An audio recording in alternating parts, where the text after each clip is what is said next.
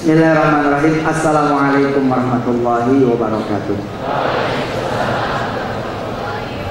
Alhamdulillah, saya sudah lama pengen ketemu, pengen matur, pengen jumpa dengan Profesor Afiq Arsidi. Yo ya, sekarang dikasih sama Allah Subhanahu wa Ta'ala. Ternyata lebih adem wajahnya dari yang saya perkirakan. Adem betul. Mudah-mudahan insya Allah di tangan beliau bukan cuma UNS seperti yang tertera di deklarasi, tapi seluruh perguruan tinggi di dalam negeri dan di luar negeri.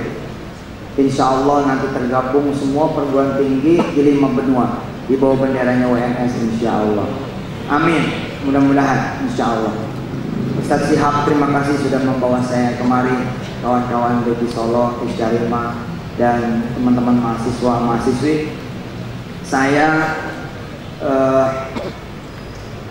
benar-benar punya jalan untuk membuat orang miskin menjadi kaya, untuk membuat orang yang bodoh menjadi pintar, untuk membuat orang yang lemah menjadi kuat. Saya dengan izin Allah SWT dan juga kawan-kawan yang bergerak di dunia Al-Quran Al-Karim seperti mendapatkan ilham dari Allah SWT, seperti doa kita-kita, doa kami-kami, doanya semua orang. Ya Allahumma inna nas'aluka fahman nabiyyin wa hifdzal mursalin wa ilhamal malaikatillahil muqarrabin. Bahwa yang paling gampang untuk mengangkat orang-orang kecil menjadi besar, orang-orang hina menjadi mulia, sederhana sekali.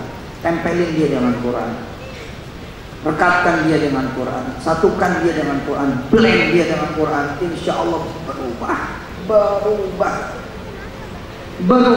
betul-betul bakal berubah. Setiap apa yang kemudian nyambung dengan Allah Subhanahu wa Ta'ala, memang dia akan berubah. Saya mengingat sejarah berdirinya Paytrend. Paytrend ini, Prof, salah satu perusahaan kami dengan izin Allah Subhanahu wa Ta'ala yang bergerak di bidang IT. Saya tidak menyangka, seperti saya lihat tadi daftarnya, ada anak-anak mahasiswa kedokteran yang hafiz Quran, ada anak-anak fakultas teknik, ada anak-anak yang dari berbagai latar pendidikan. Saya juga tidak menyangka diri saya kemudian diundang ke Silicon Valley, Amerika Serikat, untuk proses tawar-menawar perusahaan kami dibeli oleh salah satu perusahaan di Amerika. Mereka bukan sedang berhadapan dengan pebisnis, tapi ketika saya berangkat ke sana dan dialog dengan mereka, bicara tentang harga, saya seperti memandang mereka sedang berbicara dengan penghafal Quran. Ketika kemudian mereka 2 kali datang ke Indonesia untuk membeli perusahaan kami Paytrend, dan saya dengar mereka dari mulut mereka sendiri, mereka menawar $10 juta. Kita perusahaan Paytrend, perusahaan payment gateway. Jadi saudara kalau mau beli pulsa, beli listrik, bayar-bayar ini dan itu, kita bayarnya pakai Paytrend. Mudah-mudahan nanti pembayaran UNS bisa pakai Paytrend. Nah, karena mereka pengen masuk ke industri ini, ya, ada Kasyong namanya di Hong Kong. Dia menjadi besar dan punya kemudian bank yang besar sekali, kemudian menjelajah ke berbagai negara, bahkan benua, karena awalnya dia main di perusahaan payment, di perusahaan manajemen pembayaran, lalu lintas transaksi. Mereka bilang, saya minat dengan perusahaan Anda, kita pengen masuk ke Indonesia lewat perusahaan Anda. Valuasinya saya dengar dari mereka $10 juta. Saya terkejut bahagia, tapi nggak kaget ketika saya mendapati, oh saya ada di dunia itu ya, oh saya ada di dunia ini ya, sesuatu yang sebelumnya saya nggak pernah ngerti, nggak pernah tahu. Saya tidak seperti saudara-saudara semua yang kuliah di dunia IT, benar-benar kuliah, kemudian berangkat dari karyawan biasa, kemudian tembus jadi manajer, jadi GM, jadi direktur, kemudian berangkat lagi mendirikan perusahaan IT. Enggak, saya berangkat dari Al-Fatihah, kemudian Al-Baqarah, kemudian Ali Imran, terus jalan sampai kemudian ketemu juz 29, juz 30, berangkat terus Al-Hakumut, naik terus sampai kemudian An-Nas. Enggak, saya tidak dari awalnya manusia biasa, saya berangkat dari Quran. Gila kan? Maka ketika kemudian saya menginjakkan kaki di bandara New York John F. Kennedy di Amerika Serikat, saya seperti sedang membawa berita gembira buat para penghafal Quran. We are here. Kita ada di sini. Karena sebagai seorang penghafal Quran ada muruah, ada izzah. Saya ketika datang ke Silicon Valley, pertanyaan saya begini: apa ada perusahaan di sini yang bisa saya beli? Pertanyaannya saya rubah. Pertanyaannya bukan jadi nggak nih, jadi nggak dibayar nih. Enggak, pertanyaan saya ketika ke Silicon Valley, saya bilang, ada nggak perusahaan di sini yang bisa saya beli? Kenapa? Karena saya pengen mereka tahu sedang berbicara dengan seorang penghafal Quran. Oh, saya bukan sombong, tapi ini izah seorang penghafal Quran. Kenapa kita penghafal Quran jadi yang dibeli? No, saya yang pengen beli. Bagaimana nanti gedung putih kita rubah jadi gedung merah putih?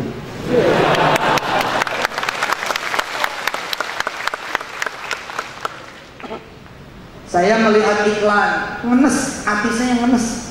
Saya sebagai orang yang mencintai Indonesia, karena Rasulullah menyuruh saya mencintai negeri, mencintai tanah air kita, mencintai bumi pertiwi. Orang-orang tua saya juga mengajarkan saya mencintai negeri saya. Ngenes. Ketika kemudian terulang lagi terulang lagi, ada iklan. Selamat datang Indosat Orede. Buat sebagian orang itu peristiwa biasa. For me, buat saya itu bukan peristiwa biasa. Sedih saya. Udah lama saya mencontohkan ya proses kemudian lepasnya Indosat dari tangan negeri kita. Bagaimana Indosat yang saat dijual punya pelanggan 40 juta orang, kok bisa dilepas 13 triliun? Dan dilepasnya kepada perusahaan di negara asing.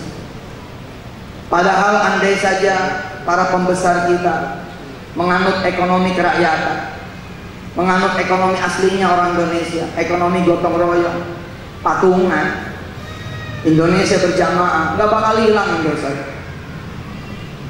13 triliun tawarkanlah ke 40 juta pelanggan.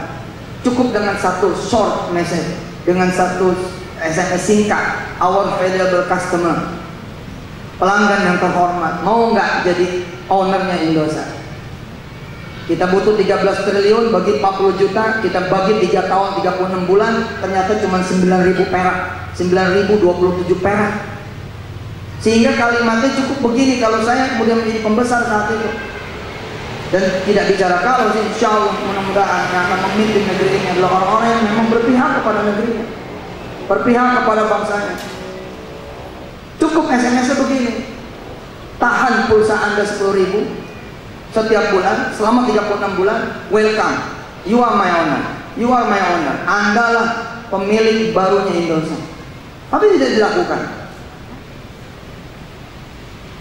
Terus jalan sekian tahun, kita menyaksikan presiden kita kemudian menyampaikan di depan layar kaca. Salah satu dari jutaan orang yang menonton adalah saya.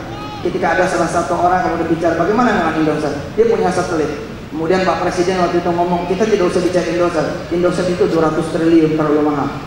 Saya ingat betul. Makanya dengan spirit itu saya alih-alih sudah tinggal bicara time schedule pembayaran 10 juta dolar, saya malah bilang saya mau buka kantor di sini. Saya mau beli salah satu perusahaan di sini. Gimana caranya? Karena saya mengingat, ya Allah, beberapa tahun kemudian valuasi Indosat jadi 200 triliun. Memang sudah ampau sabla untuk kita beli, karena memang itu bukan buat dijual, nggak mau dijual sudah. Kemudian datanglah iklan terbaru Indosat Orede. Aduh, orang lain tertawa, saya menangis, asli menangis. Beberapa tahun sebelumnya BI merger dengan Maybank, dibeli oleh Maybank. Kalimatnya masih dua, BI Maybank. Tapi beberapa tahun setelah akuisisi, akhirnya kemudian Maybank mengumumkan tidak lagi memakai BI. Ini kalimat belum jadi Pak, tapi saksikan kebenaran omongan hari ini. Besok ketika dia mengatakan selamat datang Indosat Orede, enggak, itu ada kalimat yang kemudian akan terhapus karena emang bakal dihapus, yakni selamat tinggal Indonesia. Sama seperti Sony Ericsson. Ketika kemudian Ericsson dibeli oleh Sony, namanya masih dua, Sony Ericsson. Besok kemudian Ericsson hilang, tinggal Sony.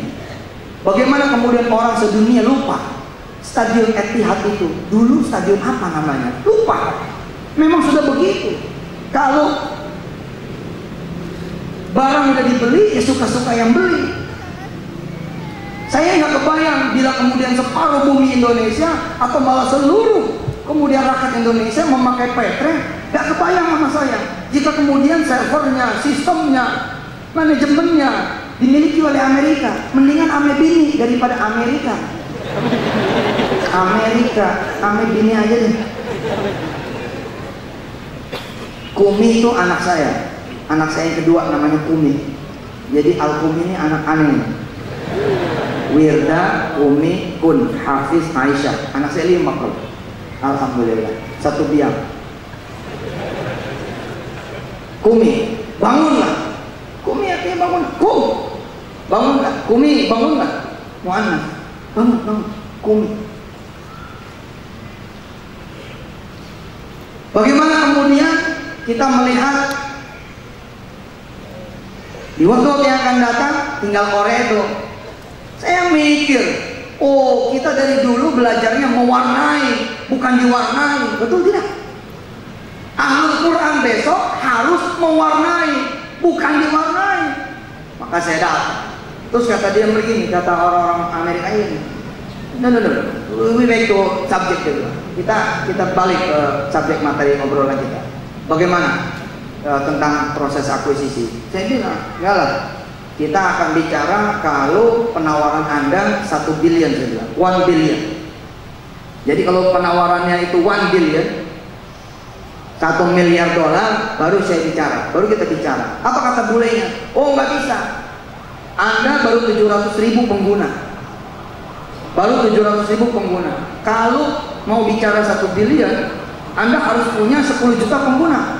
Oh, saya bilang kalau 10 juta pengguna, 10 billion. Betul, karena Al-Quran mengajarkan kepada saya, antumul a'launa. Ente lebih tinggi, jangan mau dibeli, harus ente yang beli. Besok kita ke Singapura, kemudian kita rubah namanya menjadi Singaparna. Perusahaan kita dibeli-beli melulu. Besok ya tugas kemudian Ahlul Quran adalah membuyback juga Indonesia. Sebagaimana kemudian juga membuyback akidah-akidah yang tergagal. Tidak cuma berhenti pada episode kita menghafalkan Al-Quran, tapi bagaimana kemudian Al-Quran membuat sebuah bangsa yang kecil, sebuah kaum yang dianggap amal lalat pun lebih gede lalat, yakni Nabi Allah dan para sahabatnya saat itu. Tapi ketika dikirim oleh Allah Al-Quranul Karim, tadi Ustaz Syihab di mana itu Masjid Agung Karanganyar bercerita, sekumpulan kecil sahabat, 12 orang, 3 orang pakai sendal, yang lainnya nyeker, bisa menguasai 5 benua, bisa sampai ke negeri Cina karena Al-Quranul Karim. Dan itu betul, itu betul. Saya dulu mencontohkan seperti ini. Mana tangannya? Tangan, pinjam tangannya. Ayo, taruh di atas tangannya. Oke? Al-Quran itu, ayo barang semua, 1, 2, 3. Al-Quran itu ibarat seperti ini. Taruh di bawah tangannya. Ada di dasar laut. Ada orang tenggelam di dasar laut. Kemudian dia naik, terus sampai ke permukaan. Mana seorang? Terus sampai ke permukaan. Dijemput sama nelayan, naik ke perahu, dinaikin ke perahu, dibawa ke tepi pantai, dibawa ke rumahnya, dikasih handuk, dikasih pakaian, dikasih makanan hangat, dikasih minuman hangat. Orang ini mandi, kemudian makan. Ditanya juga bisa kerja apa, ditanya juga bisa kerja apa, bisnis apa, usaha apa. Dia jawab nggak tahu. oleh si pemilik rumah, si nelayan, diajari bercocok tangan dan dikasih lahan. Akhirnya dia bisa bekerja, dia bisa bertani, dia bisa berkebun.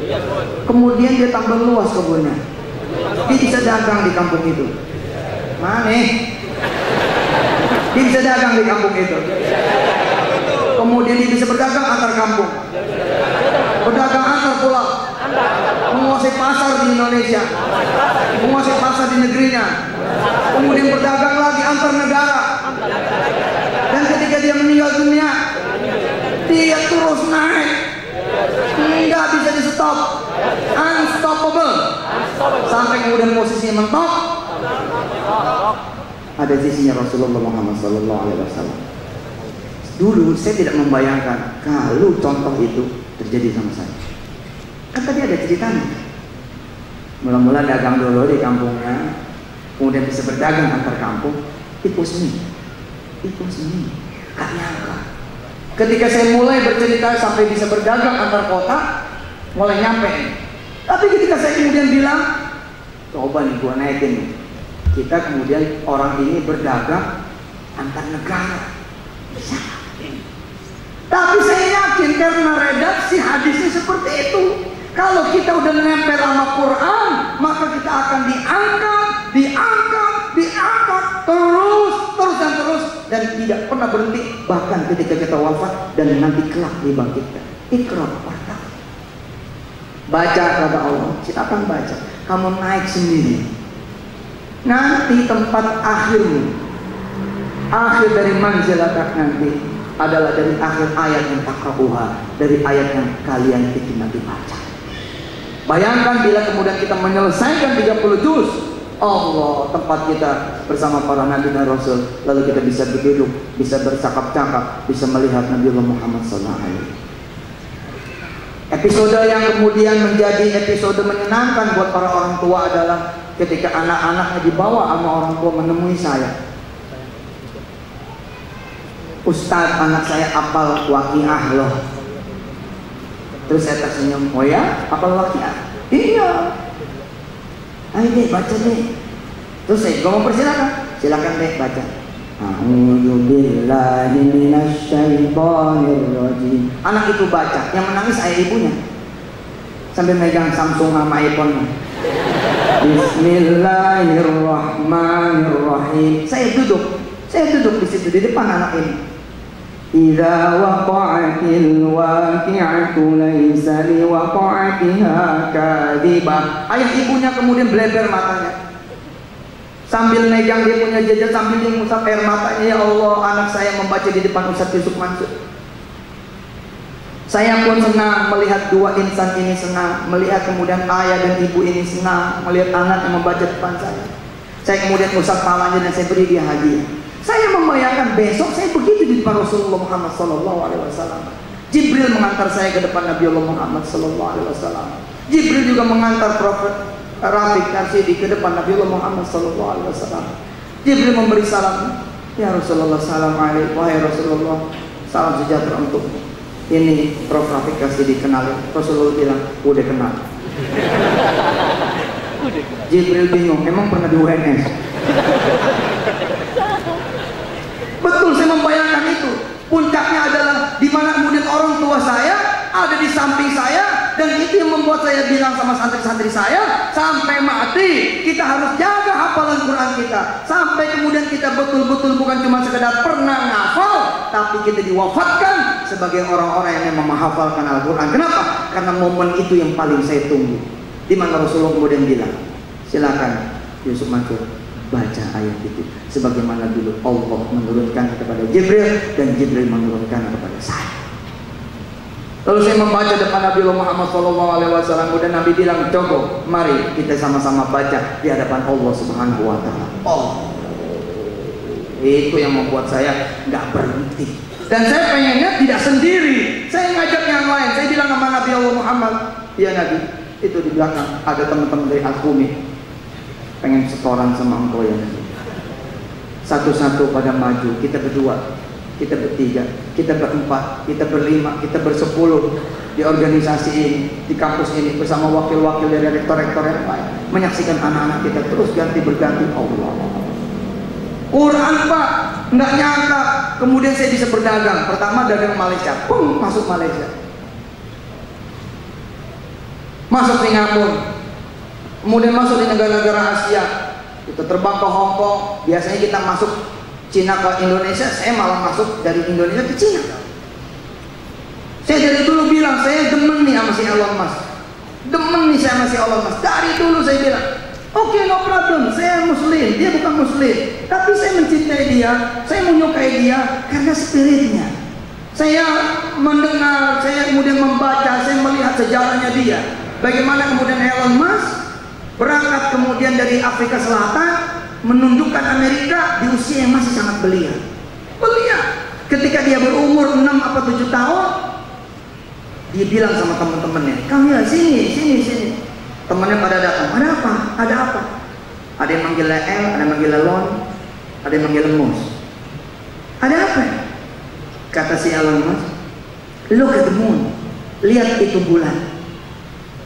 Elon Musk nanya, menurut Anda semua, menurut teman-teman, is it far? Jauhkah? Atau dekat?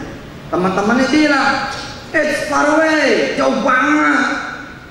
Terus si Elon Musk umur 6-7 tahun bilang begini, no, it's close. Enggak, dekat banget. Look, dia bilang, lihat, see, I can catch the moon. Saya bisa nangkep bulan. Dia giniin tuh tangannya, terus bulan diginiin, nah, dapat dia. Teman-temannya bilang, itu mah gue juga bisa.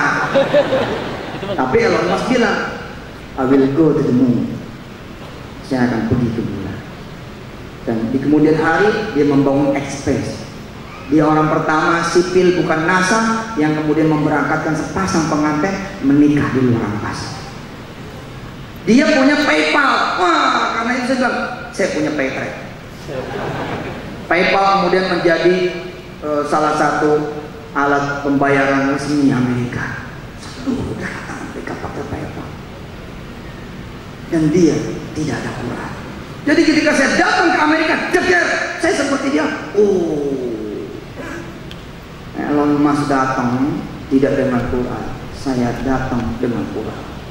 Lalu apa yang kami lakukan? Kami berangkat kemudian ke Texas, kita beli tanah di situ dengan kaum muslimin di sana.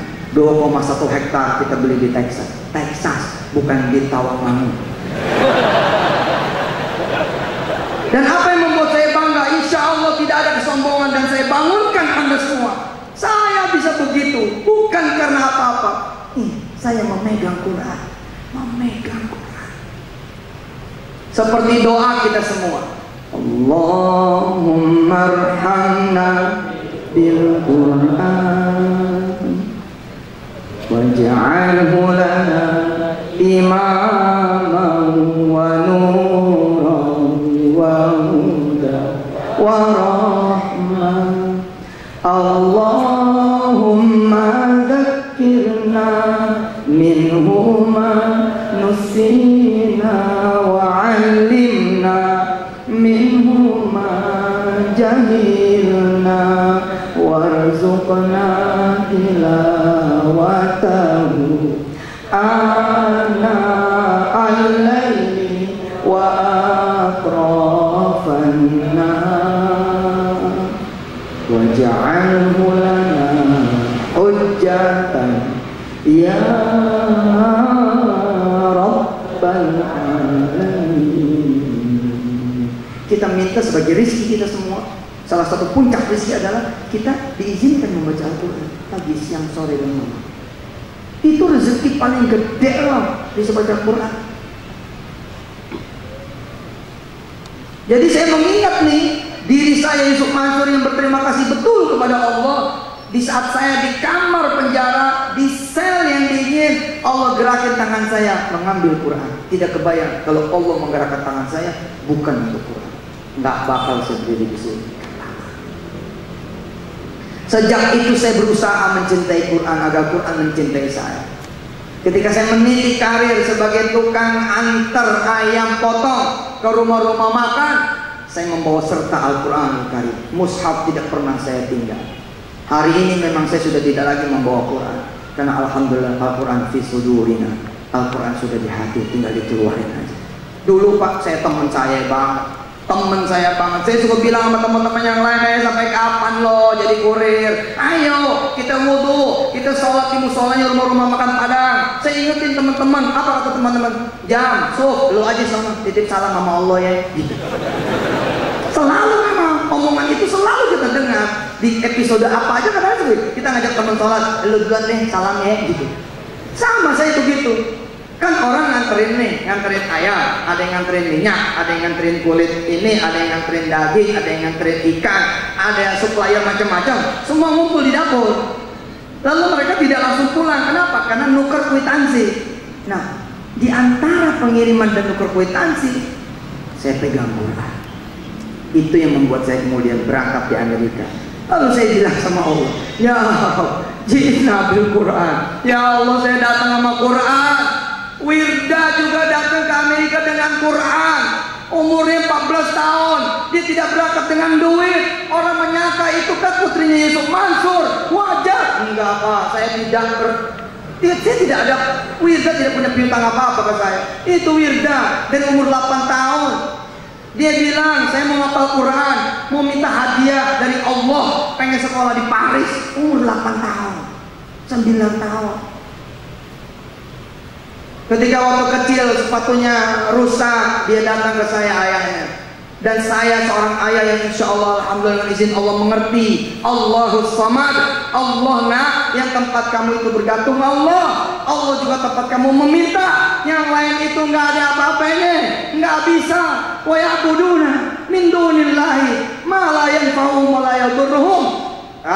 Ketika dia bilang kepada saya, Papa, sepatunya tuh udah mangap. Umur 9 tahun ya, 8 tahun, 9 tahun. Beliin dong Pak. Saya bilang mau Wirda, udah sholat? Belum. Sholat dulu ya, duha. Gitu. Bawa sepatunya, taruh di atas sejadah ya. Unjukin Allah tuh gitu. Si Wirda bilang, emang Allah bisa ngedengar Pak? Bisa Pak. Allah bisa ngedengar. Terus Allah tahu tempat beli sepatunya di mana? Tahu Kak, nanti itu urusan Allah. Anak 8 tahun lah, dialog sama anak 8 tahun kayak apa sih? Lalu Wirda sholat, dia bawa sepatunya ke situ. 2 minggu dia sholawatin 100 sholawat sepatu. Alhamdulillah kemudian saya diundang ke pabrik Nike. Begitu ceramah, kata direksinya, Ustadz foto dulu di sini. Sekalian ini ada hadiah buat Ustadz, sepatu. Kata direksi itu, kebiasaan kami kalau orang datang ke pabrik kami kasih produk kami. Saya kebayang kalau saya ke pabrik Mercy. Kayak apa ya? Tanpa kemudian ngelihat isi sepatunya, saya permisi pulang. Makasih ya. Terus sampai di mobil saya buka. Ternyata sepatunya warna merah. Allah, warna merah. Nomornya 36. 34 atau 35 gitu. Kemudian saya ngomong Mas Ariman, Man, ini orang bener-bener nganggep gue kecil ya. Merah lagi sepatunya kayak perempuan gitu. Saya tidak mengingat permintaan Wirda, dan saya tidak tahu bahwa ini dikirim Allah buat Wirda.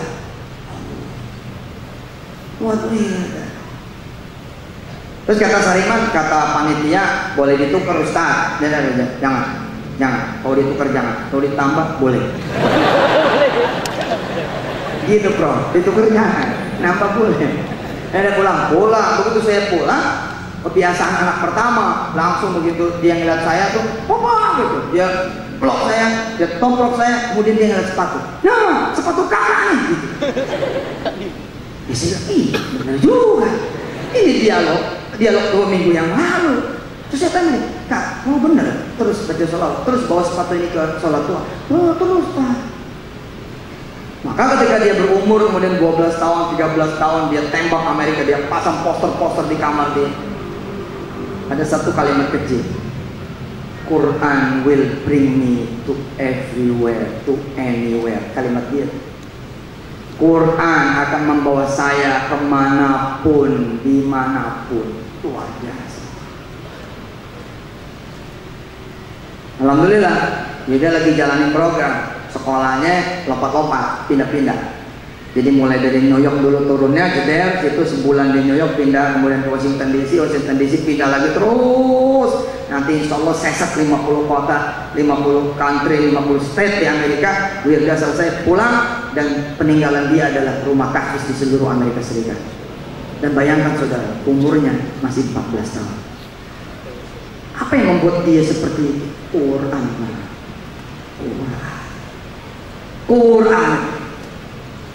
Quran, betul. Anda datang ke orang-orang yang miskin, ajarin dia Quran. Kalau nggak berubah, bohong, pasti berubah. Anda datang ke orang-orang yang sakit, ajarkan Quran kepada dia. Insya Allah penyakitnya lewat. Insya Allah. Ada seorang mahasiswa di ITB, Prof. Di Masjid Salman dia bercerita, Ustaz, saya alhamdulillah dulu pernah OD, hampir mati Ustaz. Tiba-tiba kemudian saya nangis melihat Quran. Di samping Quran ada Riyadhus Shalihin, dia bilang, bercerita tentang surat Tabarok. Saya tuh nggak tahu gimana, gemeter saya ambil itu surat Tabarok, saya ambil Quran, saya buka surat Tabarok, kemudian saya ngaji sebisa-bisanya Ustaz alhamdulillah. Ya mungkin ini teori kedokteran sih, insya Allah ketemu aja jawabannya. Kan dia tidak lagi mikirin OD-nya, dia tidak lagi konsentrasi dan fokus pada penyakitnya, tapi dia bagaimana caranya, dia bilang saya pengen mati dalam posisi sudah selesai menghafal Tabarok. Kenapa? Saya nggak mau ditanya tentang dosa-dosa saya. Saya tidak mau kemudian disiksa atas dosa-dosa saya. Kalau kita ngapal Quran, surat Tabarok, insya Allah di dalam kubur nggak ada malaikat yang berani nanya, nggak ada yang berani mikir ini anak hafal Tabarok. Jangan main-main, jangan bercanda. Guru kami, guru saya dengan gurunya Ustadz Irhamuddin, gurunya Ustadz Syihabuddin, Dr. Aiman Suhaib, dia bercerita, ketika kemudian kita di dalam kubur nanti akan ada pemuda atau pemudi, tergantung siapa yang meninggal dunia nanti, mendatangi kita. Ada sosok manusia yang sangat rupawan atau sangat jelita mendatangi kita. Orang ini bertanya, sudah makan belum? Kita bingung, kok di kuburan ada yang naik nawarin makan? Udah minum belum? Terus dilihat kasur kita seperti apa. Lalu orang ini bilang, yang sosoknya begitu rupawan, begitu jelita, sebentar akan aku ambilkan makanan, sebentar aku akan ambilkan minuman, sebentar aku akan ambilkan kasur. Makanan, minuman, dan kasur yang diambil itu dari surga. Lalu Dr. Aiman Suhaib bilang, manhi, siapa dia? Dia adalah Al-Quran yang kita baca ketika di dunia, menjadi teman kita. Allahu Akbar. Sebaliknya teman-teman kita yang belum dapat hidayah, dia belum sholat, yang nemenin ular sejauh akrab. Begitu kita meninggal dunia, jeder, dibangunin, begitu kita bangun melek, ada ular gede bener gitu. Oh. Terus kita nanya, siapa kamu? Ularnya ketawa, emang kelihatannya apa? Gua ular tahu gitu. Quran. Wirda berangkat dapat beasiswa 720 juta per tahun. Nggak ngurus proposal, nggak nulis surat, nggak minta ke instansi manapun. Bahkan yang memberi visanya wakil dubes. Ada wakil dubes datang. Saya bilang jangan datang, bawa visa sini. Karena males saya ngantrinya. Saya males ngantri. Kan kalau kita bikin visa di Amerika tuh ngantri ya pinggir jalan itu ya, negara kita ngantri pinggir jalan. Bener aja. Dia datang tuh wakil dubes, diurusin sama dia. Kok bisa begitu? Wih, bisa. Kenapa? Insight bukan Intel, tapi Quran. Insight bukan Intel, tapi Quran. Kan ada tuh, tong. Intel Insight. Intel Insight, prosesor Intel. Kalau ada Insight, kalau di Insight kemudian itu ada Intel, beres, cepat, apa kerjanya, kuat. Nah, ini di dalam Quran, di dalam wirda Quran. Ya Allah, luar biasa. Saya nyontoin itu seperti orang tenggelam. Saya tenggelam, benar-benar tenggelam. Tenggelamnya juga dihimpit batu, gak bisa gerak. Hingga kemudian saya mendengar suara Al-Quran. Quran memanggil-manggil saya, sini, sini, tahun 98. Sini, buka. Itu betul itu, suara itu seperti manggil itu. Saya buka Quran, saya baca Fatihah, saya baca Alif Lam Mim, saya bilang kemana aja saya. Saya paling dapat 4 juz, alhamdulillah. 98 saya keluar. Begitu keluar dari sel di penjara, saya ngomong sama ayah saya, ayah, alhamdulillah di dalam sempat hafal 2 bulan itu 4 juz. Ayah saya bilang, bagus, masuk aja lagi. Supaya 30 juz. Weh, 99 masuk lagi. Allah, di situ saya bilang, oke, I believe my destiny. Siap, saya bilang, saya mau percaya takdir saya. Bismillah. Jika takdir saya di Quran, ya Allah, uruslah urusanku. Kita tanda tangan tuh sama Allah. Take over problem. Saya ngurusin Quran aja, Allah yang ngurusin masalah saya. Alhamdulillah. 2006 masalah selesai. Dulu saya membayangkan ketika kemudian guru-guru mengajarkan kepada saya hari itu, bulan itu, tahun itu, dan tahun-tahun sebelumnya, saya konsentrasi betul ke hadis itu. Innallaha, sesungguhnya Allah, yarfa'u, akan mengangkat bihadzal kitab, dengan Quran ini, aqwaman, seorang, satu keluarga, satu kaum, satu bangsa, satu negara yang ngopeni Quran. Betul-betul terngiang, lagi betul-betul mempelajari, lagi terpesona. Kemudian ditambah lagi dengan kehadiran akhuna Ustaz Syihabuddin dari pesantren Isyarimah. Ketika dia sampaikan sambil makan semangka, yang disampaikan hadis yang memang saya sudah terpesona duluan.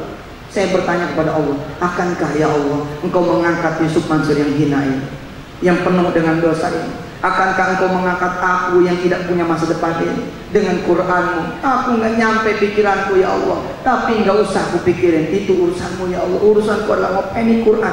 Betul-betul saya ngopeni Quran. Saya tanya nenek A, nenek B, nenek C, saya tanya kakek A, kakek B, kakek C, udah bisa baca Quran belum? Kalau belum, saya datang ke samping tempat tidurnya, saya bacakan Quran kepada dia yang tidak saya kenal siapa dia. Pokoknya judulnya saya ngopeni Quran. Saya bilang kepada dunia, bila Anda bisa baca-baca, bila Anda bisa hafal-hafal, bila Anda tidak bisa baca belajar, kalau Anda bisa ngajar-ngajar, apa yang bisa Anda lakukan? Anda bisa beli Quran, belilah Quran dan bagikan. Anda bisa menyediakan kipas anginnya, Anda bisa pasang tikernya, apapun yang Anda lakukan buat Quran, sesungguhnya Anda sedang meninggikan derajat Anda sendiri. Saya membayangkan itu, saya bilang, kita kayak di bawah nih mah. Ini sekarang di bawah nih mah. Nanti naik, sampai kepada nanti orang ini kemudian bisa berdagang antar negara. Oh, tiba-tiba saya ada di situ, Pak. Subhanallah. Petren sekarang sudah live, sudah punya kantor di sana. Tapi saya milih markasnya bukan di Silicon Valley. Saya milih markasnya di Washington DC. Kita pakai virtual office. Tapi coming soon, insya Allah. Saya percaya banget. Bahkan kita mau beli itu namanya Real Madrid. Kita yang beli Real Madrid, kita mau beli, kita mau rubah jadi Real Masjid.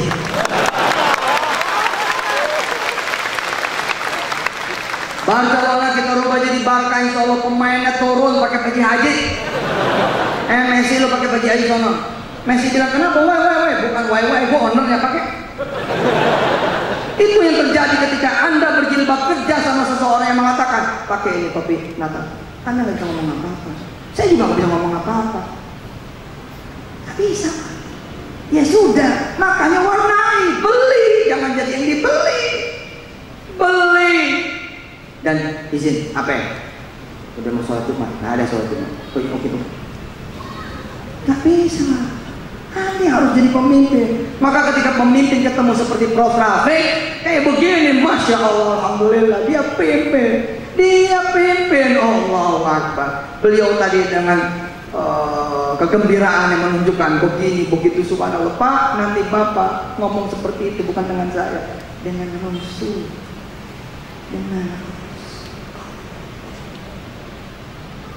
bawa tukang fotonya sekalian. Jibril di tengah-tengah itu,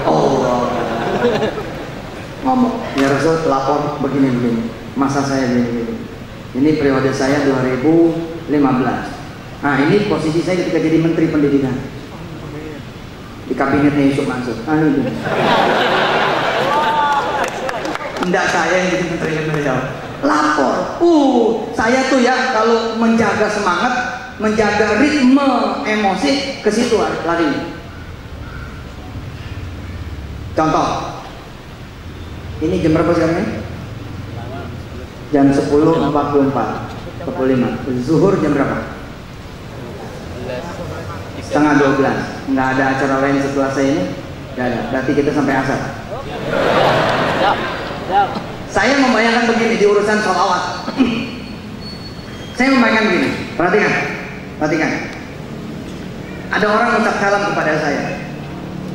Ustaz, kata asisten saya, kata orang dekat saya, kata family saya, Ustaz, ada salam. Dari siapa? Dari Pak Parmin. Nama Pak Parmin mulai ada di telinga saya. Pak Parmin. Pak Parmin mana? Solo. Oh iya, salam balik. Nih salah satu yang membuat saya mencintai sholawat. Pokoknya kalau nggak Quran itu sholawat, nggak Quran itu sholawat, nggak Quran itu sholawat. Nih kayak begini. Jadi bawahnya saya panjangin sampai ke nanti negeri akhir. Teman saya, asisten saya, orang dekat saya, keluarga saya datang lagi. Ustaz, ada salam lagi. Ini siapa? Pak Parmin. Parmin mana? Yang Solo. Udah mulai kan ada namanya. Iya, yang Solo. Salam balik ya. Dia lala Pak, tiap malam Jumat kirim salam tuh sama saya. Parmin. Setahun penuh nama itu akrab sama saya. Parmin. Itu asisten saya baru ngomong, Ustaz, Parmin ya. Saking seringnya memberi salam kepada saya. Hingga kemudian ada hari pertemuan, ada hari gathering, ada event, ada majelis, di mana kemudian orang-orang dari berbagai Nusantara punya daerah datang ke majelis saya.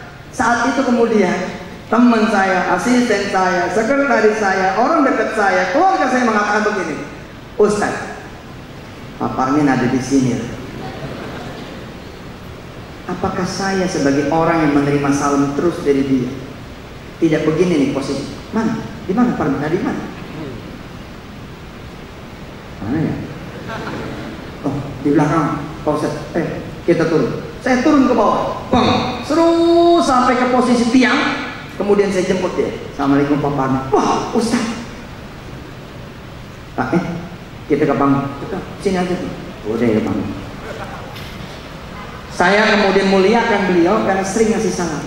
Apalagi salamnya nggak kosong. Apalagi salamnya tidak salam kosong. Contoh, Pak Ustaz, hari pertama ada salam. Dari siapa? Dari Pak Parmin. Parmin mana? Solo. Oh, salam balik buat beliau. Katanya juga buat istri Ustaz. Oh, oke. Salam balik buat istri juga. Buat anak-anak Ustaz. Oh iya, buat anaknya juga. Buat orang tua Ustaz. Ya, buat orang tuanya dia. Buat semua jamaah Ustaz. Oke, buat semua teman-teman ini juga. Pak Ustaz, ini ada titipan 1 juta. Oh.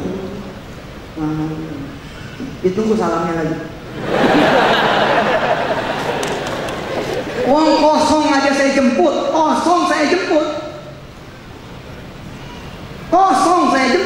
Bagaimana lagi ada isinya? Malam Jumat berikutnya datang lagi, Ustaz, salam dari Pak Parmin, salam buat istri Ustaz, buat anak-anak Ustaz, buat jamaah Ustaz, sahabat-sahabat Ustaz semua. Saya bilang oke, sampaikan balik. Kemudian dia bilang, Ustaz, ini ada ikan asin dari beliau. Malam Jumat berikutnya ada melon. Malam Jumat berikutnya ada semangka. Pokoknya ada kiriman terus dari dia. Maka Pak, saya yang akan mengatakan, Pak Parmin bakalan datang tidak? Nggak tahu Ustaz. Tanya dia. Saya yang baru nanya. Tanya dia. Siap Pak Ustaz. Izin, Pak Ustaz katanya datang. Baik. Lewat pintu mana dia nanti? Tanya. Lewat mobil apa? Pelat nomornya gimana? Kita siapin tempat buat dia. Itu tidak. Karena sering. Nah, saya membayangkan ketika bersolawat kepada Rasulullah Muhammad SAW seperti itu. Jibril ngasih salam. Ya Nabi, ada salam. Misalnya, dari siapa? Dari Yusuf Mansur. Oke, salam balik buat dia. Katanya salam juga buat istri engkau ya Nabi. Oke, salam buat istri juga. Salamnya buat turunan-turunanmu ya Rasul. Salamku juga buat turunan-turunanmu sampai hari kiamat nanti. Salamnya juga buat sahabat-sahabatmu ya Rasul. Sampaikan kepada beliau siapa yang menjadi sahabat Yusuf Mansur, salamku untuk dia. Lalu saya terus menerus memberikan salam. Lalu Jibril pun menyampaikan terus menerus, nama saya sudah ada di hatinya Rasul. Allahumma sholli wa sallim. Nama saya, nama kita semua udah ada di hatinya Rasul. Di catatan saya nggak bohong. Hari ini Prof. Rafiq Karsidi sudah ada catatannya di Allah, di Rasulnya, dan para malaikat-malaikat membawa Al-Quranul Karim. Wal mursalat, al-mursalat. Lihat cek dari ayat 1 sampai dengan 5. Semua malaikat-malaikat yang membawa wahyunya mengenal para Rafiq Karsidi dan semua teman-teman Al-Qumi dan siapapun yang berkhidmat dengan Al-Quran. Saya tidak salam kosong. Saya membawa duha untuk Rasulullah. Saya membawa tahajud untuk Rasulullah. Itulah duit, itulah semangka, itulah melon berwarna. Saya mencintai sholat-sholat sunnah. Saya mencintai ibadah-ibadah sunnah. Kenapa? Karena saya ingin menunjukkan kepada Rasulullah, ya Rasulullah, aku mencintaimu. Maka kalau saya salam kosong di padang mahsyar, Jibril akan menyampaikan begini kepada Rasulullah, ya Muhammad, labbaik ya Jibril. Masih ingat yang namanya Yusuf Mansur? Ingat ya Jibril, dia ada di sini dan lagi susah. Kira-kira Rasulullah yang sering mendengar salam dari saya, apakah akan membiarkan Parmin ada di luar bermandikan matahari sengatan? Apa nggak mungkin Pak. Saya akan jemput. Begitu juga Allah menyuruh Rasulnya, ya Muhammad, orang yang senantiasa memberi salam kepadamu ada di sini. Dia membutuhkan syafaatmu. Jemput. Allah. Terhadap Quran pun begitu. Di wisuda rumah tahfiz yang pertama, saya menangis. Saya bilang, ya Allah, saya pengen kemudian Rasulullah mencari saya. Di mana ada Yusuf Mansur? Di mana? Rasulullah kemudian menentengkan saya. So, ada orang nungguin kamu. Saya bingung. Mestinya pertanyaannya ada Allah yang nungguin kamu, tapi pertanyaannya Rasul, ada orang yang nungguin kamu, tapi yang ngomong Rasul siapa? Saya kemudian dengan bangganya ditarik oleh Rasul. Saya pun bangga karena yang menarik adalah Rasul. Keluar dari kerumunan kesulitan saya, menyeruak, kemudian keluar. Ternyata di sana udah ada ibu saya. Ini yang membuat saya stabil stamina saya di Quran. Insya Allah dan tidak pernah berubah. Amin. Apa kata Rasulullah? Loh, ini ibu kamu. Ayo siap-siap. Kita mau ada prosesi pemakaian mahkota untuk ibu kamu. Lihat di sampingnya siapa? Itu ayah. Siap-siap. Hari itu saya kemudian membaca Al-Quranul Karim dari surah Al-Fatihah. A'udzubillahi minasyaitonir rajim. Ada Allah di sana, ada Muhammad sallallahu alaihi wasallam, ada Jibril alaihi wasallam, ada para nabi-nabi yang lain, dan ada orang tua saya. Di dunia seperti orang tua sepasang yang kemudian mengantarkan anaknya. Ustaz, anak saya apa lagi ya? Ayo nak baca dan Ustaz. Ini Pak, bayangin nih yang begini. Kalau cuma dunia saja nodok, nggak ada keraguan. Ente mau apa? Ente mau S2, mau S3, mau di mana? Punya Allah. Apa kata guru saya Ustaz Syihab? Tinggal minta. Allah sudah menjamin dari Rasulnya. Itu aku akan berikan kepada dia. Sa'uti, aku akan berikan kepada dia. Apakah dia meminta atau dia tidak meminta, aku akan berikan kepada dia. Bahkan afdal, lebih tinggi, lebih besar, lebih bagus, lebih kuat, lebih mewah, lebih mahal daripada apa yang orang lain minta tanpa Quran. Nah, dunia mau udah beres, sudah pokoknya beres ya. Ada rumah masih ngontrak, tobat yang malam tuh berdua suami istri ngaji, berdua tuh suami istri ngaji tiap malam. Kalau cuman kebeli kontrakannya itu bukan Quran. Perhatikan, kalau cuman kebeli kontrakan itu jadi kontrakan dia bukan Quran. Quran itu Pak, 9 kanan, 9 kiri, tanah 3.000 belakang, tanah lapangan bola lagi di depan. Semua Pak akan diberikan kepada orang ini. Kenapa? Karena ada Quran di dalamnya. Disetok semuanya. Saya dulu nggak kebayang mobil saya bisa 1.000 lebih banyak. 1.000. Yusuf Mansur mobilnya 1.000. Coba, bagaimana ceritanya itu Pak? 1.000, nggak kebayang sama saya. Saya waktu menyedekahkan mobil satu-satunya, saya bilang sama istri saya, "Mah, kalau cuma diganti 10 mobil masih masuk akal nih. Tapi kalau kita sedekah di tahun 2003 ini, sedekah CR-V kita ini, mobil GR-V kita ini, terus diganti sama Allah 700, itu tuh yang nggak masuk akal. Gimana caranya ya?" Allah bilang, "Mathalul ladzina yunfiquna amwalahum fi sabilillahi kamathali habbatin ambatat sab'a sanabila fi kulli sumbulatin mi'atu habbah. Wallahu yudha'ifu liman yasha. Wallahu wasi'un 'alim." Saya bilang, "Bagaimana, Mah? Masuk akal nggak sih kalau Allah membayar 700 mobil buat kita?" Istri saya bilang, "Soal masuk akalnya emang bukan akal kita, Pak.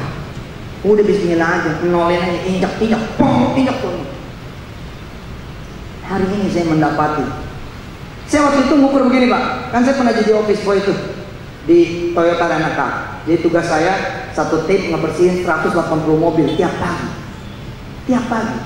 Dan saya itu sukanya, "Woi, lu tuh ya udah jadi orang kecil, mulut lu diem aja. Jangan, lu sambil sholawat, lu sambil istighfar, sambil kemudian berzikir, sambil baca Quran." Teman-teman gosok-gosok aja gitu loh, nggak apa, malah ada yang nyanyi segala. Mau ngapain nyanyi? Saya kalau ke pintu tol lewat, ada orang yang kemudian sambal ado. Aduh, lu nggak berubah. Saya bilang, "Lu pakai Quran biar berubah." Saya pakai Quran. Orang-orang bilang, "Di zaman mah si Yusuf mah nggak di mana ngaji mulu." Tapi itu dia, ketika kemudian bersentuhan sama Quran, tidak keluar dari Quran. Saya berdiri di sini dengan izin Allah Subhanahu wa Ta'ala. Ayo, saudara-saudara semua, Quran isinya nggak ada yang bohong, benar semua. Ketika Quran bilang aku akan ganti 700 kali lipat atau lebih, kami nggak sanggup. Waktu itu saya begini, Pak Ade, Pak Selamat dan kawan-kawan dari Wisata Hati dari Quran, Prof. Rafiq Arsidi. "Oh gini kali ya, Mah. Nanti kita akan punya perusahaan renekar, Mah. Lalu orang-orang akan nitip mobil dan kita punya perusahaan dengan 1000 mobil." Saya mencoba memprediksi my future. Jadi dengan sedekah 1 mungkin jadi 700 dengan cara seperti itu. Ternyata enggak. Allah tidak memberi saya renekar yang kemudian mobilnya seperti Toyota Renekar. Saat itu ada 4.000. Pada saat saya kerja di sana 4.000 mobil. Auto 2.000 satu. Kemudian hari saya jadi ustaz.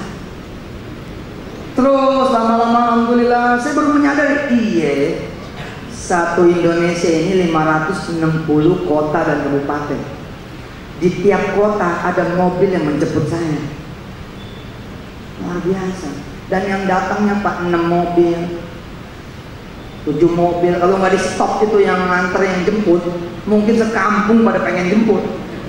Berarti kalau satu kota ada 10 mobil, itu 5.600 mobil di seluruh kota. Bahkan ada mobil saya di Turki, ada mobil saya di Rusia, ada saya pergi ke Kazakhstan, ada mobil saya di Kazakhstan. Kita buka rumah taktis di Macedonia. Macedonia udah ada tuh.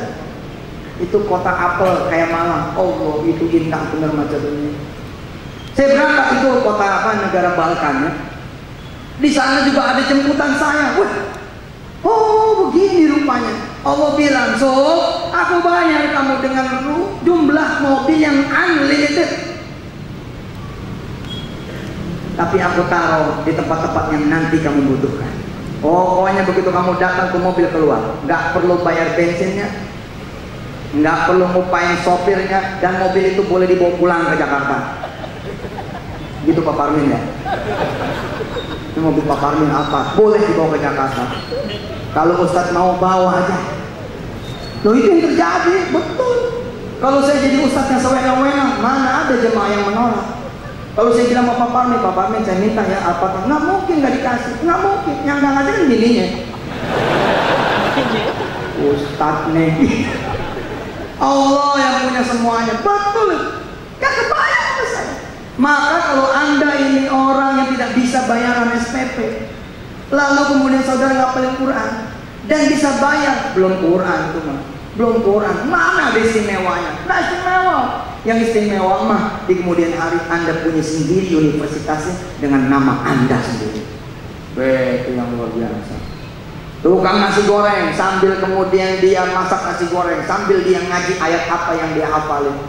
Besok dia akan punya 100 cabang nasi goreng. Mas Jody dan Mbak Anik warung Stick and Shake, ya. Bagaimana kemudian sebelum dia kenal Quran, berapa jumlah cabangnya? 20 Pak. Begitu kenal Quran, ada 150 outlet. Baik itu warung Stick and Shake-nya, kemudian bebek selamat dan yang nggak selamat. Ada bebek selamat, ada bebek yang nggak selamat, ya. Terus ada iPhone, ada yang lain-lain. Apa kata Mas Jody sama saya? Sekarang saya sudah tahu cara gampang ngembangin Quran, gitu katanya. Gimana caranya? Asal mau.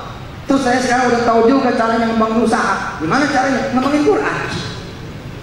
Jadi kalau ditanya sama Mas Jody, Mas Jody, apa kiat-kiat Anda ngembangin Quran? Ya gampang. Asal aku mau aja, insya Allah lah itu ada jalan. Terus apa kiat-kiat Anda untuk mengembangkan usaha Anda? Ngembangin Quran. Simple, the simple word, simple sekali. Jadi kalau ditanya kerjaan Anda apa Pak Jody? Kerjaan saya ngopeni Quran. Wah, pokoknya keren dah. Insya Allah besok mahasiswa-mahasiswa sini, masya Allah, insya Allah.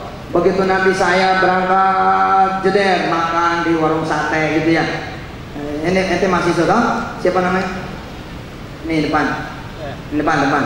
Ya. Hah? Wisnu. Nanti ada sate Wisnu. Fakultas apa namanya? Hukum. Anak fakultas hukum buka sate Wisnu. Nanti ada tuh sate Wisnu. Saya datang ke situ sama Ustaz Syihab, sama Ustaz Irham, sama Haji Adit, sama teman-teman, sama Prof. Gitu datang keluar dari situ. Oh Ustaz, kenal saya nggak? Enggak. Siapa? WNS. Wah, ini punya ente? Iya Pak Ustaz. Ini cabang yang ke-78 Pak Ustaz. Satu cabang berapa omsetnya? Ya antara 30-40. Untungnya berapa? Ya bersih-bersih 15 lah. 2% lah. Berarti bersih 3 juta. 4 juta. Berapa tadi cabang? 78. Wow. Betul itu. Jadi 250 jutaan sehari. Iya Pak Ustaz. Apa rahasianya? Rahasianya Ustaz. Ayo, mari kita lihat. Kemudian saya ditenteng tuh sama beliau ke dapur. Saya ditenteng ke dapur, ke kitchennya, ke tempat masaknya itu sate. Ternyata semua orang di dapurnya penghafal Quran. Jadi sambil ngebakar sate sambil ngapalin Quran. Bagaimana nggak berkembang? Umma anzala alaikum min ba'dil ghammi amanatan nu'asa yaksha ta'ifatan minkum. Apa kata Wisnu? Ustaz, jajanin sate aneh. Beda Ustaz, ini sampai tusukannya empuk.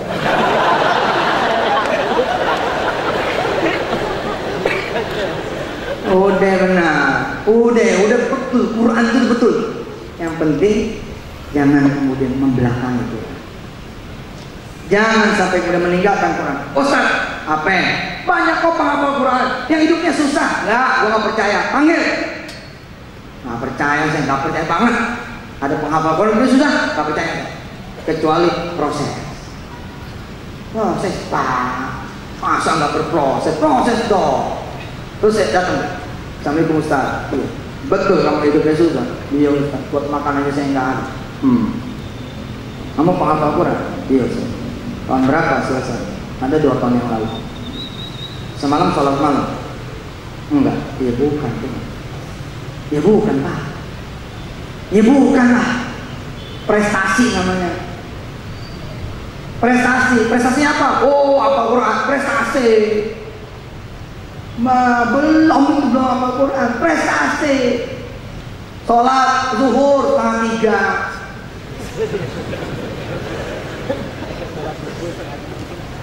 Saya datang sama Agim ke satu masjid, mau sholat asar tepat waktu. Begitu datang kecewa kami berdua. Orang sudah berjamaah, aduh, udah tahiyat akhir. Saya bilang sama Pak, kita langsung masuk ke rombongan ini atau menunggu mereka salam? Kata tunggu sebentar. Salam nih orang, saya pengen salat asar nih sama. Assalamualaikum warahmatullahi wabarakatuh.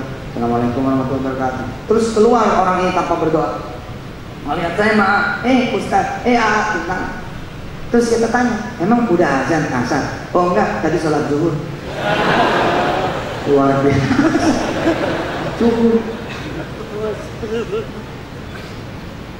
Anda betul menghafalkan? Betul. Terus gimana? Susah.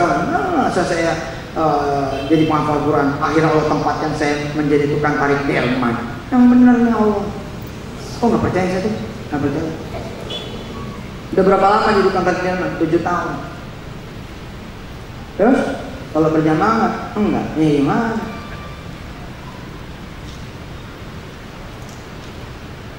Orang yang kemudian tidak dapat berkahnya Quran karena dia berhenti. Jangan berhenti ketika narik delman, ya sambil ngaji Quran gitu loh. Nih datang nih ke Monas atau datang ke sini Solo, kemudian dia narik delman yang wisata itu loh.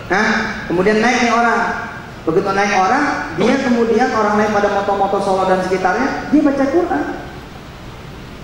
Walillahi mulkus samawati wal ard wallahu ala kulli syai'in qadir. Sambil kemudian ngangonin itu kudanya, sambil kemudian merasapinya, sambil kemudian ngangon kambingnya, sambil kemudian jalin warungnya, terus begitu. Inna fi khalqis samawati wal ardi wa ikhtilafil laili wan nahari la ayatin li ulil albab. Ada orang beli, Mas bakso, sedekah lain baksonya itu. Selesai ini baksonya, berangkat lagi. Inna fi khalqis samawati wal ardi wa ikhtilafil bakso, tutup layanin dulu. Pergi orang itu beli, baca lagi. Inna fi khalqis baksonya, gua tutup aja warungnya nih. Kalau ngaji nggak kelar-kelar nih. Tapi benar. Saya tadi cerita tuh pagi ketika saya menjadi tukang penjaga toilet. Ini menjadi kisah terakhir. Karena setengah jam saya pengen dialog sedikit sama teman-teman. Saya jadi tukang penjaga toilet. Apa sih yang saya lakuin? Saya nggak jagain toilet. Saya cuma tulis kata-kata kecil di depan toilet. Kencing sendiri, bayar sendiri. Beol sendiri, bayar sendiri. Saya nungguinnya di mana? Di musola terminal kayak terus. Saya ngaji aja. Saya ngaji aja di situ. Ya lihatin depan. Amazing. Sampai saya dapat hadiah waktu itu jam tangan seharga 1,5 juta tahun 99. Ya, jam tangan seharga 1,5 juta buat menjaga toilet tuh keren banget. Kenapa? Karena yang punya toiletnya bingung. Orang lain jagain 70.000. Ini ada orang nggak jagain 400.000. Oke, Quran luar biasa. Subhanallah. Lihat ya tadi indeks prestasi yang ditunjukkan sama Prof. Rafiq Arsidi. Waduh, ada yang 3,73. Allah, ada yang 4,3.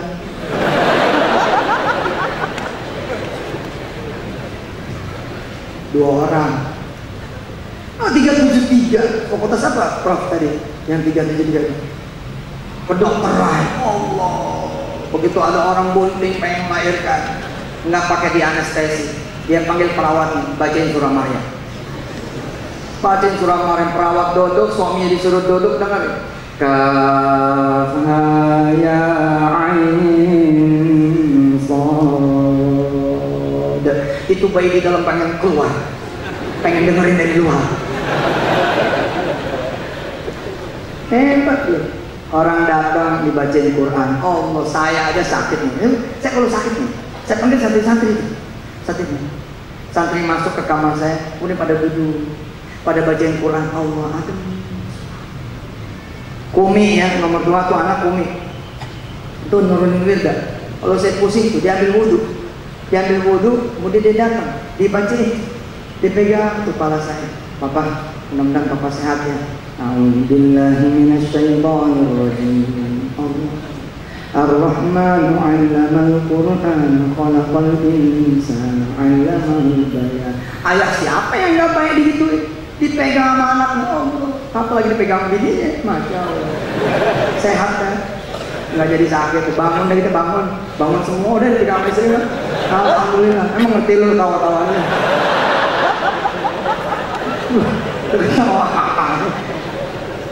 Pengen jodoh, udah, apa ini Quran, nanti jodoh dihadirkan oleh Allah. Nggak perlu nulis-nulis di jilbab, call me please. Nggak perlu. Tolong telepon saya, ngapain? Ntar Allah yang pilihkan. Allah, insya Allah ada laki-laki yang tersembunyi pandangannya dari pandangan orang lain, yang tersembunyi tangannya tidak pernah memegang tangan orang lain. Dia yang akan diperkenalkan Allah kepada anda para bidadari surga. Nanti ketika kemudian menikah, niatkan untuk menjadi sepasang suami istri yang kemudian memiliki anak-anak penghafal Quran sebelum usia 7 tahun. Keren, keren. Insya Allah, mudah-mudahan keren. Yang laki-laki juga begitu. Dah, insya Allah lah. Bahkan saudara bisa kok beroperasi ya. Saudara cari saudara-saudara yang susah, itu saya lakukan. Saya datang Ustaz siap ke teman-teman saya zaman dulu, ke saudara-saudara saya bilang, utang lu berapa? Gitu. Oh, kenapa mau bayarin ya? Gitu. Enggak, gue mau ngajarin lu Quran. Apa hubungannya? Bayar utang sama Quran? Ada. Begitu gue selesai ngajarin lu Quran, lu doa supaya utang lu lunas. Insya Allah utang lu lunas. Betul. Semua yang percaya pada episode tahun 98, 99 sampai 2006 sukses story semua, nggak ada yang fail, nggak ada yang gagal. Ayo ciptain generasi baru di mana nanti anda akan berangkat yang pergi ke Polandia.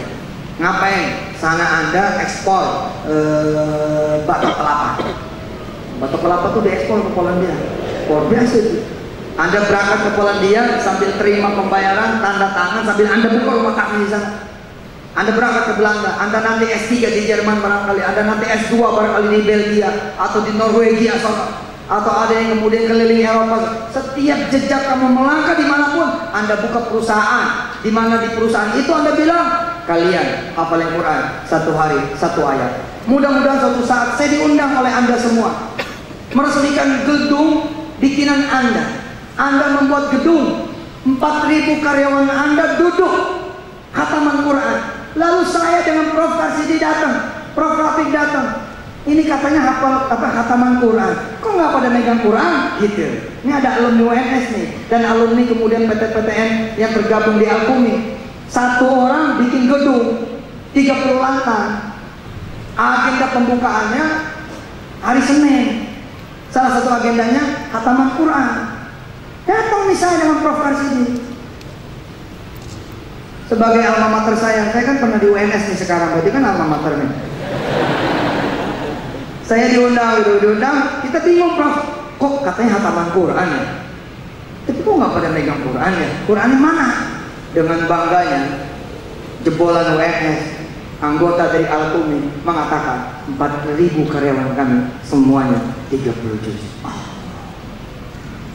Nggak perlu hataman Quran pakai buka Quran pun 30 juz. Begitu jam 12 siang tidak ada hidangan apapun, tidak ada makanan, tidak ada minuman. Saya nanya sama Prof Karsidi, ini persen gedung kok nggak ada makanan? Iya, sebab kami semua berpuasa. Oh nasib. Datang ke perusahaan kayak begini. Keren kan, luar biasa. Besok insya Allah Anda akan saksikan 737-800 akan mendarat di Indonesia dan pilot yang pertama kali menerbangkan adalah seorang hafizul Quran. Insya Allah jadi saya udah tawar, saya udah berangkat ke Boeing, udah berangkat Pak saya ke Boeing. Saya mau ditanya, saya berangkat kan itu di sono Pak layar 3, layar 4 orang Indonesia Pak, itu yang ngegedein Boeing orang Indonesia. Waduh, Indonesia Masya Allah hebat. Saya dikasih tuh tur VVIP. Saya ditanya sama bule-bulenya, ini orang yang mau beli pesawat. Oh saya bilang no, I come here to buy your factory. Sembarangan aja pengen beli pesawat. Mau beli pabrik lo tau nggak? Enggak, saya orangnya emang suka begitu. Demen aja begitu tuh. Jadi pesawat apa yang Anda mau beli? Enggak, saya mau beli pabrik. Dia bilang, Amposat lah, nggak mungkin. Saya bilang, jangan bilang nggak mungkin, gua aduin mertuan gua lah. Pun payahkan, tau kan lo. Tapi bule-bule itu bener. Saya itu, nggak usah ada tanya jawab lah ya, 15 menit lagi juga. Saya tuh pernah kan mau beli pesawat tuh dulu tuh ya, tahun berapa itu, potongan usaha. Kita bikin surat Pak ke Embraer. Embraer nolak.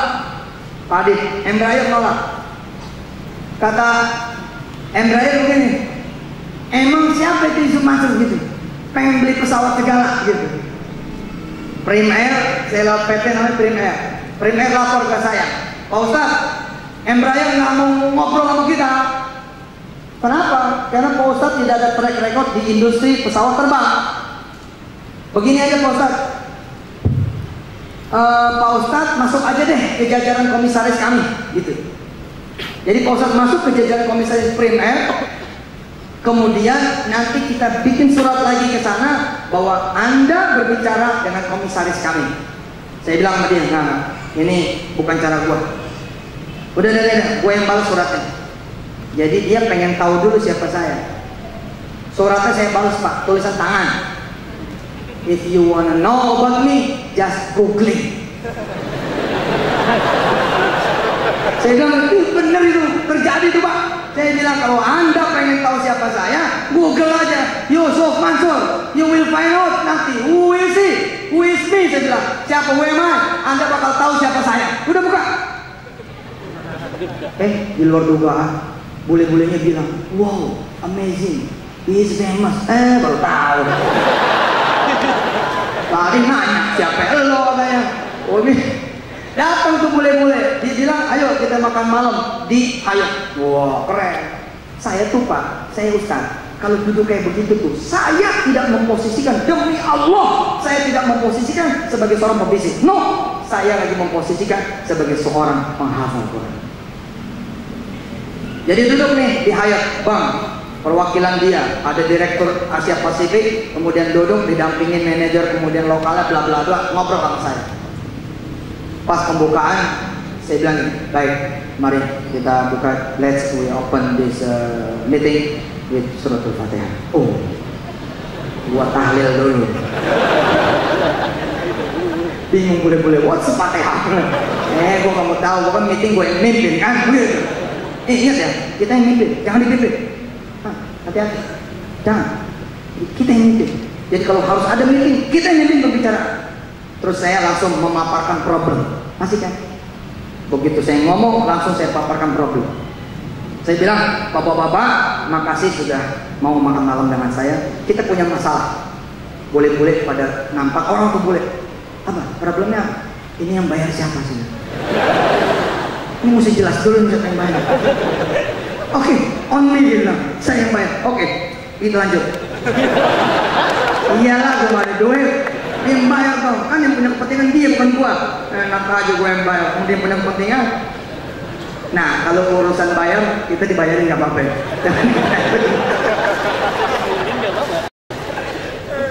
Ya Allah, nanti akan ada rumah sakit dari mulai security-nya sampai ke kepala rumah sakitnya, semua hafiznya hafiz.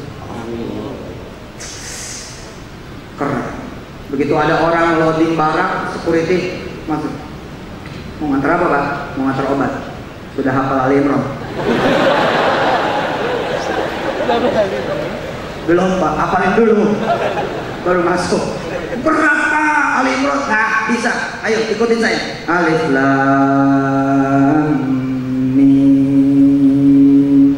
Supir truk barang ngaji Alif Lam Mim. Oke masuk, itu sudah Ali Imran ayat 1. Oke? Kamu 100 kali ngantar barang kemarin 100 ayat. Jadi siapa suppliernya rumah sakit kami? Adalah supplier yang hafiz Quran juga. Oh, insya Allah bakal kejadian. Nanti begitu dilantik, tidak ada Quran di atas presiden yang dilantik. Nggak ada. Habis katanya yang lantik, dia hafal, ngapain pakai Quran? Itu kan yang dilantik pakai Quran, yang kagak hafal Quran. Lah kalau presidennya udah hafal Quran, ini buat apa? Kata kata-kata yang latif dia hafal, tempelin aja. Insya Allah. PR masih panjang, tapi Allah akan menemani kita. Amin. Insya Allah. Kita berdoa bersama-sama. Sebagai penutup doa, kita langsung minta ayah kita. Doa, kita langsung minta pemimpin kita. Doa, kita langsung minta Prof. Rafiq Arsidi agar kita semua yang menjadi anak-anaknya. Saya juga termasuk anak, insya Allah. Mudah-mudahan saya bisa S3 di sini. Amin. Insya Allah beasiswa beres, bahkan dapat uang saku. Tenang. Saya lagi selesai S2 Pak, ekonomi syariah. Doain nih, mudah-mudahan bisa selesai.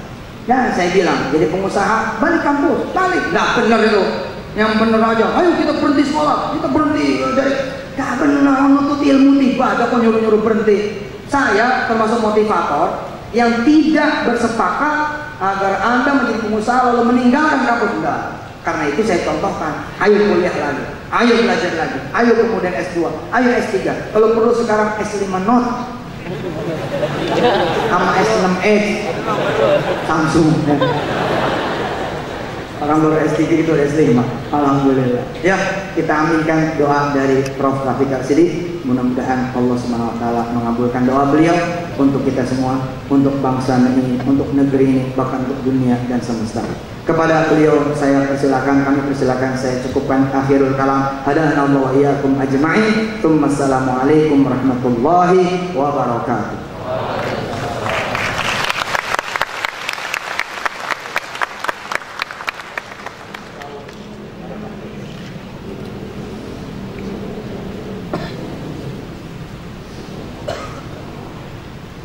Ilahi al-Fatihah.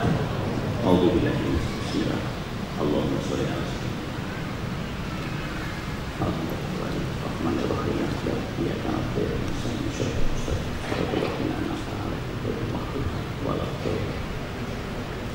Allahumma shalli ala sayyidina Muhammad wa ala ali sayyidina Muhammad hamdan syakirin hamdan na'imin hamdan yu'afi wa yukafiru mayyidah.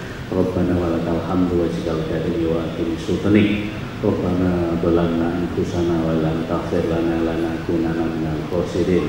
Rabbana ighfir lana dzunubana wa kaffir 'anna sayyi'atina wa tawaffana ma'al abrar. Rabbana a'inna bi dzikrika wa syukrika wa husni ibadatik. Rabbi habli hukman wa ahdi bi sholihin. Rabbi habli minas sholihin. Rabbi habli minas sholihin. Rabbi habli minas sholihin. Rabbana atina min ladunka rahmatan wa hayyi' lana min amrina rasyada. Rabbana atina fid dunya hasanah wa fil akhirati hasanah wa qina adzabannar ya Ghaffar ya rabbal alamin. Wa sallallahu ala sayyidina Muhammad wa ala alihi washabbihi wasallim. Subhana rabbika rabbil izzati amma yasifun wa salamun alal mursalin walhamdulillahi rabbil alamin.